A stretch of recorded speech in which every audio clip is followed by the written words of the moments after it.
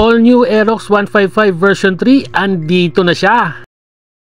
Available na ang bagong Aerox 155 version 3 dito sa Yamaha Malinta MacArthur Highway, Valenzuela branch. Meron po tayong dalawang variant, standard version. SRP po nito ay nasa 125,900, down payment of 16,700 and 36 months of 5,881, at ang available color po nito ay black. At yung SP version, SRP po nito ay nasa 163,900, down payment of 20,700 and 36 months of 7,592, at ang available na color po nito ay matte blue. Para sa mga naghahanap na pangratratan, malakas ang makina, advanced ang features at pang chicks na scooter, ito po ang scooter na para sa inyo. Simulan natin sa front design. Kung makikita nyo yung post ni Street Moto, yung evolution ng Aerox 155 from 2017, 2021 at yung new version na 2025, halos same lang yung structure ng front design. Ang pinagkaiba lang niya ay yung headlight at signal light portion. Mas naging modern ang design, mas aggressive siya tignan. At napansin ko, may winglet sa ilalim ng headlight para siyang naka-carbon fiber. Dual headlight po siya at naka-projector lamps, kaya asahan nyo na malakas po ang ilaw nito sa gabi. Daily running light, naka-LED pa rin siya, same with signal lights. Suspension niya sa harap, binago na po siya. Mas malaki na rin po ang diameter nito, mas pinataba para sa mga matagtag na ruta.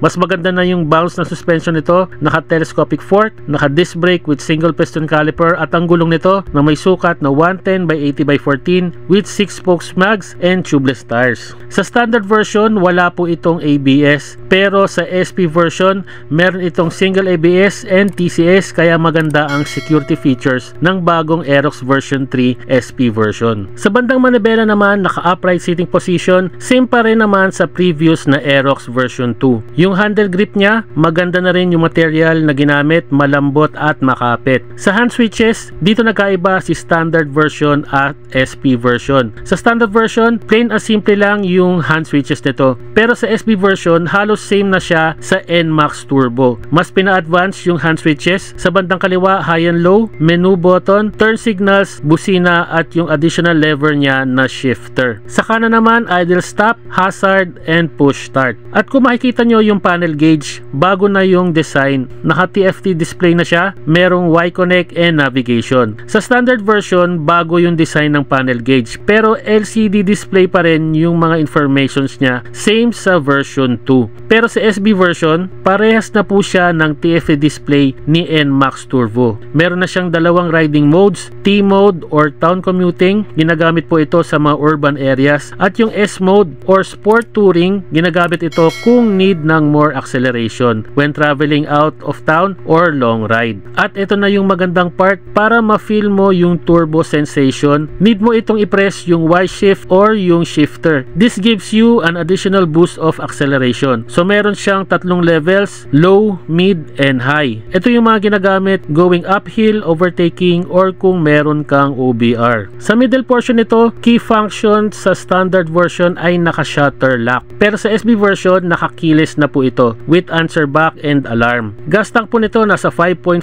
liters, na bagay pa rin sa mga long ride, at may fuel consumption of approximately 45 kilometers per liter. At syempre, di tayo mawawala ng charging port para sa mga cellphones and gadgets natin. Para sa side fairings po nito, bago na po ang decals design, naging astig at aggressive tignan. Pagdating naman sa upuan, same pa rin ang design, naka two-tone material na ginamit, malambot at maganda rin yung material ng upuan. At yung mga tahi nito, naka double stitch. Sa ilalim ng upuan, makikita nyo na same pa rin ito na compartment. 24 liters capacity at kasya ang isang full size helmet na ganito nyo lang ilalagay. Pagdating sa taillight, bago na po ang design niya, same sa design ng R1 at Sniper 155R. Suspension po nito sa likod, naka KYB dual coil suspension with sub tank. Pero sa standard version, dual coil suspension lang po ito, pero walang sub tank. Yung exhaust pipe, ganun pa rin, sporty tignan. At braking system po nito, kung dati po ay naka drum brake lang siya, ngayon mas pinalakas na yung braking system nito sa likod dahil naka disc brake na siya with single piston caliper. At huwag kayong mag-alala, meron din po ito sa standard version. At ang mga gulong nito, nasa 140 by 70 by 14 with 6 spoke mags and tubeless tires. Base sa specs ng Aerox version 3, standard at SP version same lang po sila.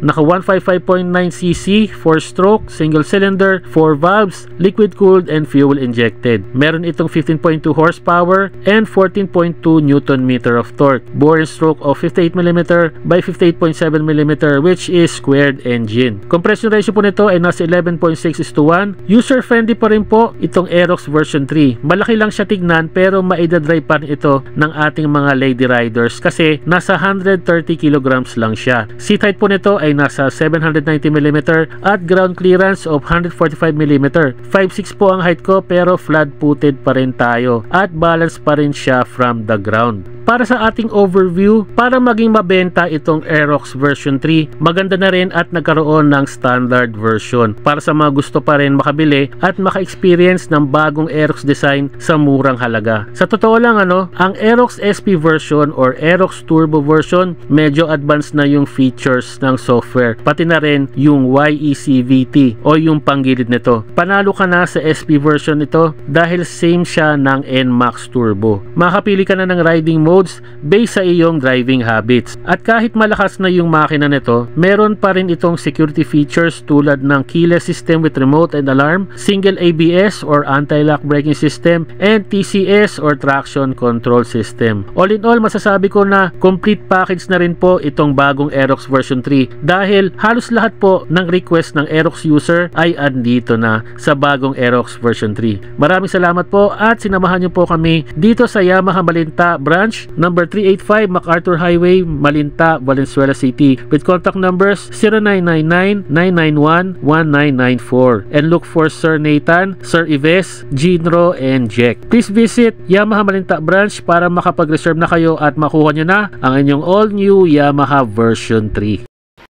Para sa mga updates ng ating motor review, please follow us on our Facebook page, Facebook Reels, YouTube Shorts, and YouTube channel, BaseBoys.ph. Please like and share ang ating mga motor reviews para mabigyan natin ng detalyado at kumpletong information ang ating mga moto viewers para makapili sila ng kanilang dream bike. Maraming salamat po sa inyong pagtangkilik at pagsuporta. Ride safe, Rat Rat Nation!